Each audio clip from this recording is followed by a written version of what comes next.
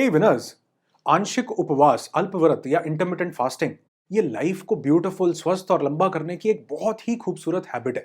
Intermittent fasting यानी दिन के 8 या 10 घंटे की विंडो में ही खाना, 14 या 16 घंटे का उपवास करना, खाली पेट रहना या बॉडी को रेस्ट देना।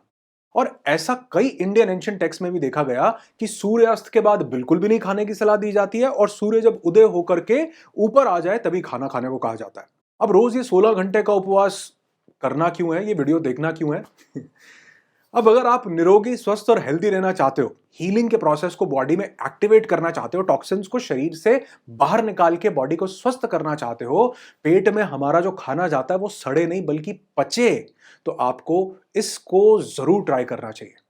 पर अब एक क्वेश्चन ही आएगा माइंड में कि अब कुछ टाइम खाली पेट रहने से स्वस्थ रहने का या हीलिंग का क्या कनेक्शन है? मैं समझाता हूं।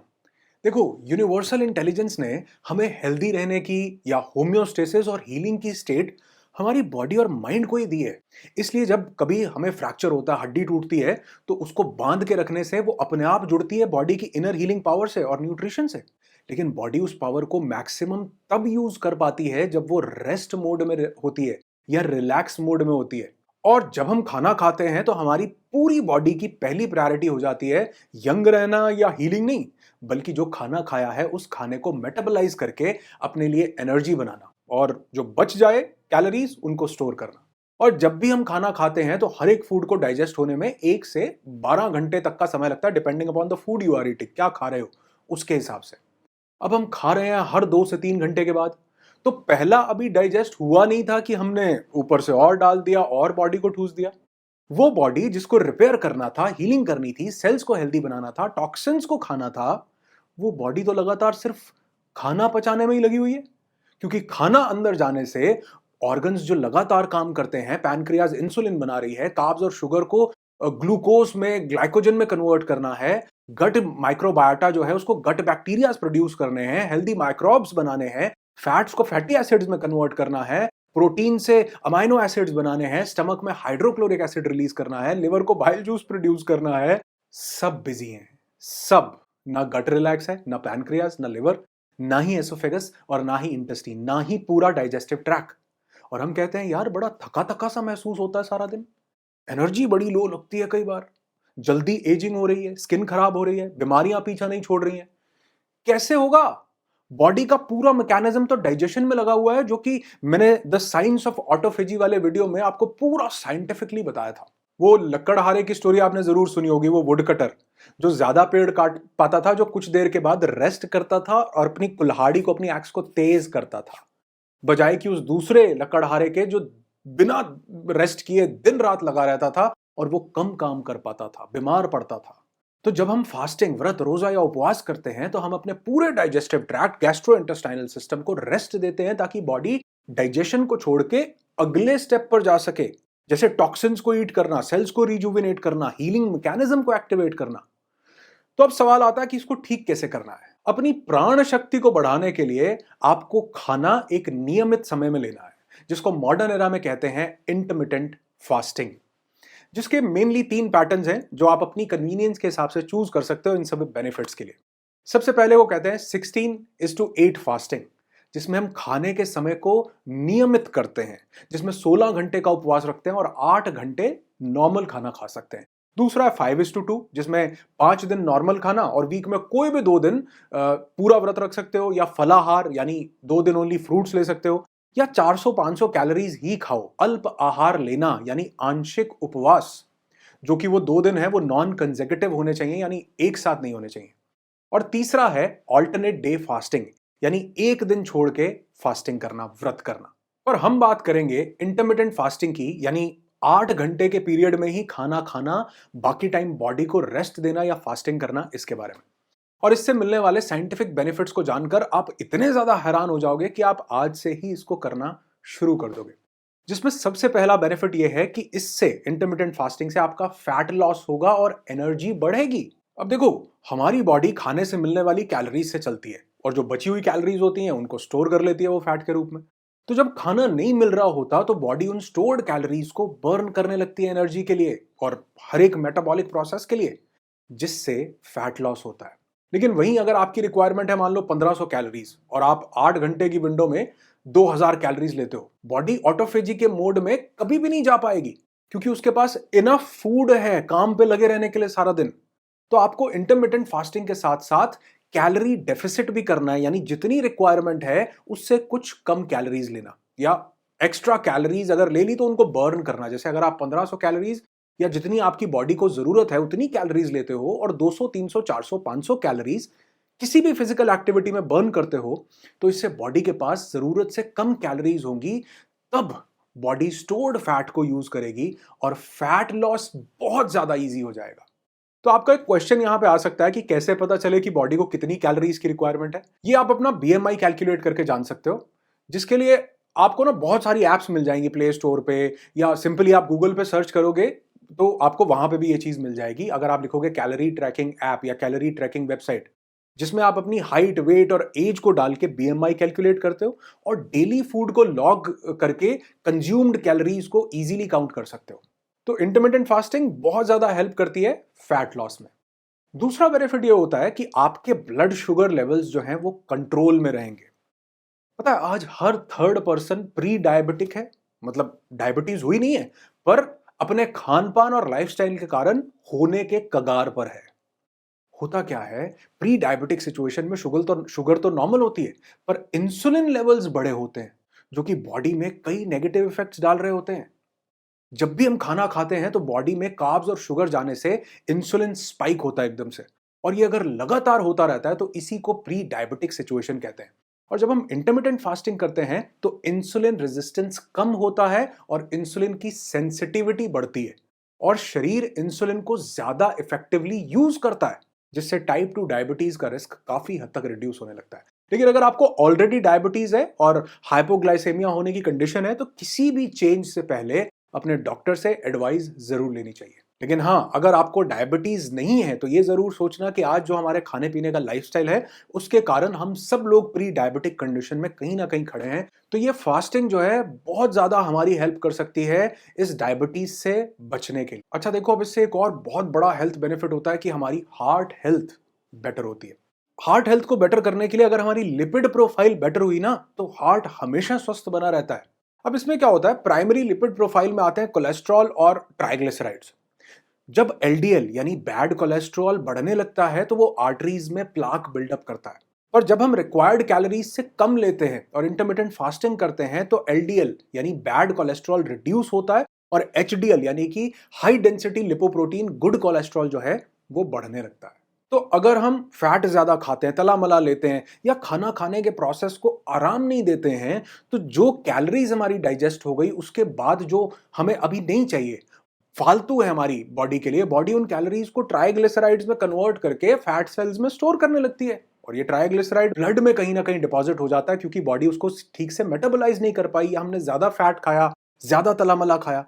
तो अब सेकंड लेवल पर जब पेट खाली है तो एनर्जी के लिए बॉडी उस ट्राइग्लिसराइड को भी खाना शुरू करती है, जिससे उसके लेवल्स रिड्यूस होते हैं और इससे हार्ट एफिशिएंटली ब्लड को पंप कर पाता है, जिससे हार्ट की एफिशिएंसी भी बढ़ती है। तो ट्राइग्लिसराइड्स कम हुए, बैड कोलेस्ट्रॉल कम हुआ तो लिपिड प्रोफाइल ऑटोमेटिकली इंप्रूव हो गई और लिपिड प्रोफाइल इंप्रूव हुई तो पूरा दिल इंप्रूव हो गया, दिल की सेहत बढ़िया हो गई, अच्छी हो गई। एक और बेनिफिट इंटरमिटेंट फास्टिंग का या किसी भी व्रत का, उपवास का, रोजे का या फास्ट का देखा गया कि उससे हमारी लॉन्जेविटी बढ़ती है, हमारी उम्र लंबी होती है। रैट्स पर एक स्टडी हुई थी जिसमें यह देखा गया कि इंटरमिटेंट फास्टिंग के दौरान उनका लाइफ स्पैन 83% से बढ़ गया। वो ज्यादा जिए एज कंपेयर टू उन रैट्स के जो वो नहीं करते थे, जो कि एक बहुत बड़ी बात है।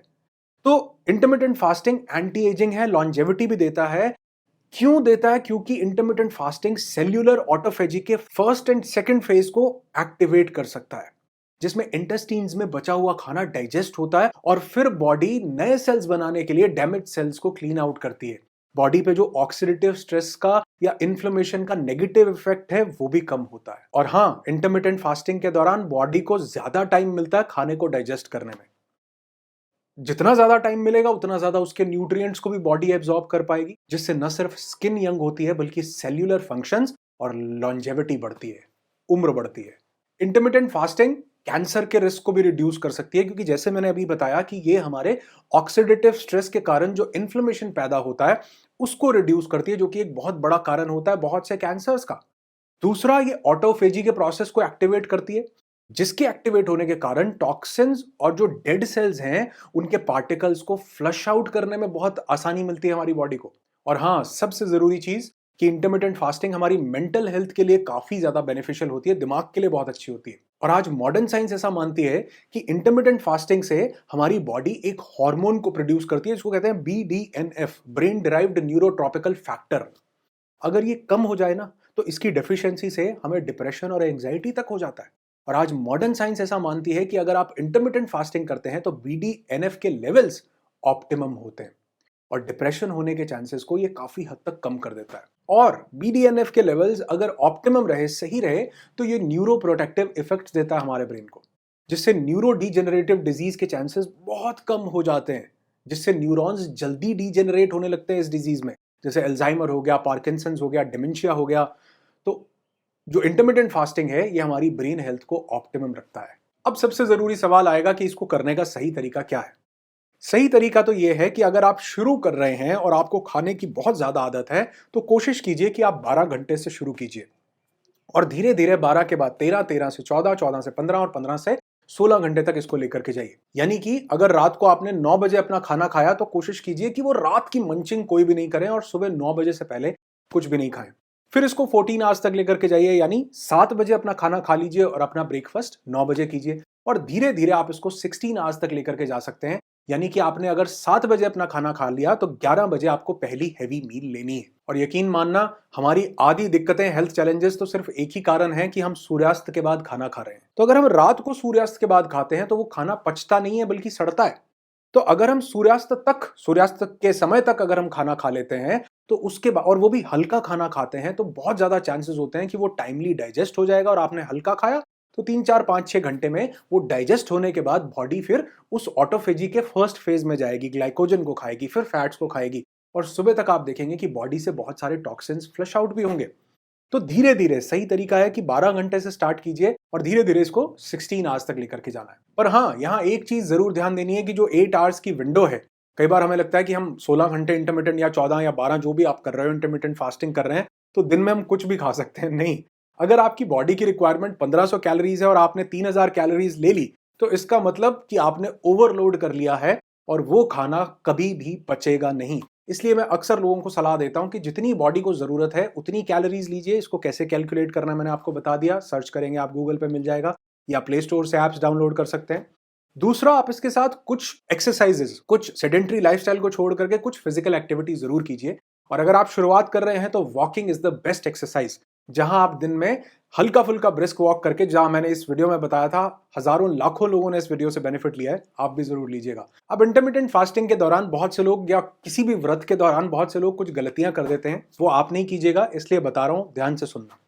सबसे पहली गलती ये होती है कि 16 घंटे का हमने उपवास कर लिया, बड़ी सेटिस्फैक्शन, वाह जी वाह, हमने 16 घंटे खाली रखा, हमारी बॉडी हील कर रही है। तो जैसे ही हम उस फास्ट को ब्रेक करते हैं, तो हम अक्सर हैवी मील ले लेते हैं, उसमें तला मला खा लेंगे, पराठे खा लेंगे, घी मक्खन खा लेंगे। तो ये गलती नहीं करनी। किसी भी फास्टिंग के बाद टूट नहीं पड़ना एकदम से खाने पे कि ओहो अब तो बस खाना जम करके खाओ, ये गलती बिल्कुल भी नहीं करेंगे। अगर आप फास्टिंग नहीं बल्कि स्टारवेशन के प्रोसेस में जा रहे हैं, यानी कि वो आप भूखा फील कर रहे हैं, अगर आपको लग रहा है कि यार मैं तो तड़प रहा हूं और कब खाना मिलेगा, अगर आपने मन को मार रहे हैं, अंदर से दुख हो रहा है कि खाना नहीं खा पा रहा, तो मत कीजिए, छोड़ दो भैया, बिल्कुल अपना मस्त जियो, जो खा पी रहे हो सही खाओ। क्योंकि अगर आपने नेगेटिव हार्मोन्स इसके साथ रिलीज किए, हम खाली पेट हैं और साथ में हार्मोन्स नेगेटिव रिलीज होते हैं, कॉर्टिसोल रिलीज होता है, हमको स्ट्रेस हो रहा है ना खाने से, तो ये हमारे लिए फायदे की जगह नुकसान दे सकता है। इसलिए अगर आप हैप्पीली इसको कर रहे हैं, अगर आपको लग रहा है कि मैं अपनी बॉडी को एक हीलिंग की स्टेट दे रहा हूं, एक ब्यूटीफुल सी, एक स्पिरिचुअल सी अवेकनिंग हो रही है मेरी, तो आप इस प्रोसेस को कीजिए। और हाँ, इससे भी एक और जरूरी बात है कि अगर आप इसको लाइफ टाइम अडॉप्ट नहीं कर सकते, तो इसको मत फॉलो कीजिएगा, क्योंकि ये 2, 4, 5 दिन करके ये कुछ भी नहीं होने वाला जो मैंने बताया है। तीसरा एक मिस्टेक, लोगों को लगता है कि यार ये इंटरमिटेंट फास्टिंग करने से, या कोई भी व्रत करता हूं सिर में दर्द हो जाता है, ये हो जाता है, चक्कर आने लगते हैं, कमजोरी लगती है। अगर आप कमजोर हैं तो बिल्कुल मत कीजिए। लेकिन अगर आप कमजोर नहीं है, बॉडी में फैट है और आपको कई तरह की चैलेंजेस का दिन भर दिन सामना करना पड़ रहा है, तो ये विड्रॉल सिम्टम्स हैं। सिर में दर्द होना या भूख ज्यादा, ये विड्रॉल सिम्टम्स हैं। आपकी बॉडी को आदत पड़ी हुई है डालो खाना और तेजी से डालते जाओ बॉडी में, ये आदत पड़ी हुई है उसको। वो आदत ब्रेक होने के कारण बॉडी विड्रॉल सिम्टम्स देती है। ये विड्रॉल सिम्टम्स 2 से लेकर के 7 दिन तक कंप्लीटली वाइप आउट हो जाते हैं, खत्म हो जाते हैं, और 7 दिन के बाद आपको ये सिम्टम्स नहीं आएंगे। लेकिन फिर भी अगर आपको ये सिम्टम्स बने रहते हैं तो आप चाहें तो इंटरमिटेंट फास्टिंग को छोड़ सकते हैं। लेकिन अगर आप थोड़ा सा भी हिम्मत करेंगे और 2-3 दिन में ही आपको रिजल्ट मिलने लगेंगे, ये सिम्टम्स जाने लगेंगे, आप लाइटर फील करेंगे, एनर्जेटिक फील करेंगे, और ऐसा महसूस होगा कि बॉडी के अंदर एनर्जी बढ़ गई है। तो घबराना नहीं है, विड्रॉल सिम्टम्स आए तो भी ट्राई करो 2-4 दिन, अगर फिर भी आते हैं तो छोड़ दो, कोई जरूरत नहीं है। एक और चीज, कुछ लोगों को ये लगता है कि मैं तो डायबिटिक हूं, मुझे ऑलरेडी डायबिटीज है, तो क्या मैं इंटरमिटेंट फास्टिंग करूं? अगर आप डायबिटिक हैं तो अपने न्यूट्रिशनिस्ट से या अपने डॉक्टर से, डाइटिशियन से एक बार जरूर कंसल्ट कीजिए, वो आपको कुछ बेटर ऑप्शंस बताएंगे, जिससे कि क्योंकि आपके शुगर लेवल्स के हिसाब से ही वो चीजें डिसाइड होती हैं।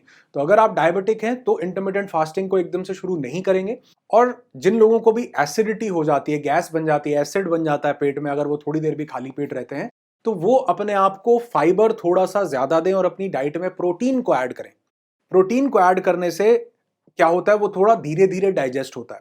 दूसरा, अगर वो जो कॉम्प्लेक्स कार्ब्स हैं उनको ऐड करेंगे, यानी जो आटा चावल हम लोग खाते हैं उसकी जगह जो होल ग्रेन्स हैं, जैसे ज्वार हो गया, बाजरा हो गया, मक्का हो गया, जौ हो गया, जितने भी मिलेट्स होते हैं, अगर आप इनको ऐड करेंगे तो ये बहुत धीरे धीरे डाइजेस्ट होते हैं।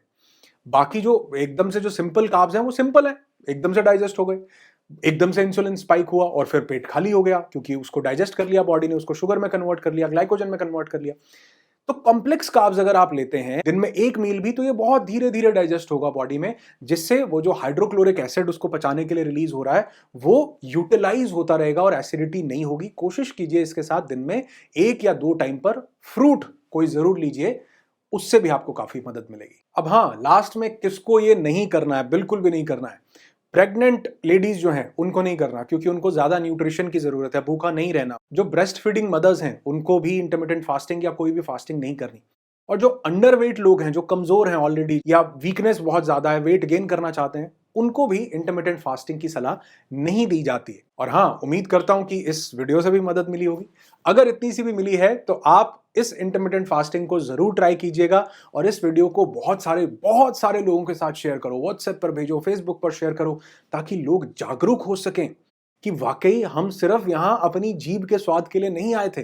ये थोड़े से टेस्ट बर्ड्स को सेटिस्फाई करने के लिए हम 40 ट्रिलियन सेल्स को दाव पर लगा रहे हैं अपनी बॉडी के, त्राहिमाम त्राहिमाम कर रहे हैं 40 ट्रिलियन से। 2 मिनट सिर्फ वो जीभ के अंदर स्वाद आता है, उसके बाद हर एक बॉडी का ऑर्गन परेशान है कि भैया ये क्या डाल दिया। तो कोशिश कीजिए कि इसको ज्यादा से ज्यादा लोगों तक पहुंचाइए, ताकि लोग अवेयर हो सकें, इस प्रोसेस को शुरू करें, अपने जीवन को हेल्दी बनाते रहें। और इसी तरह से आप मेरे साथ जुड़े रहिए। चैनल को अगर अभी तक सब्सक्राइब नहीं किया, कर लो यार, बड़ी काम की चीजें शेयर करता हूं, टाइम ज्यादा लेता हूं, मुझे भी पता है कि वीडियो थोड़े से लेंथी होते हैं, क्योंकि हर एक प्रोसेस को अगर मैं साइंटिफिक तरीके से एलैबोरेट करके आपको नहीं समझाऊंगा तो आपके अंदर वो कन्विक्शन डेवलप नहीं होगा। इसलिए प्रोसेस पूरा क्लियर करता हूं, ताकि आप उस प्रोसेस को शुरू कर सके इमीडिएटली, आज से ही, अभी से ही। और अगर आप इंटरमिटेंट फास्टिंग करते हैं और आपको इससे कुछ बेनिफिट हुआ है, कमेंट करके बताओ। लोग सिर्फ वीडियो नहीं देखते बल्कि कमेंट्स भी पढ़ते हैं, उनको टेस्टिमनीज मिलती हैं, उनको एविडेंसेस मिलते हैं, जिनसे उनका भरोसा और मजबूत होता है कि हाँ, मुझे भी ये करना चाहिए। और दूसरा, अगर आपने इंटरमिटेंट फास्टिंग नहीं शुरू किया तो मुझे प्रॉमिस करना है कि आप इसको अपनी लाइफ का एक पार्ट जरूर बनाएंगे। जुड़े रहिए मेरे साथ। सर्वे भवन्तु सुखिनः, सर्वे सन्तु निरामया, सर्वे भद्राणि पश्यन्तु, मां कश्चित् दुःख भाग्।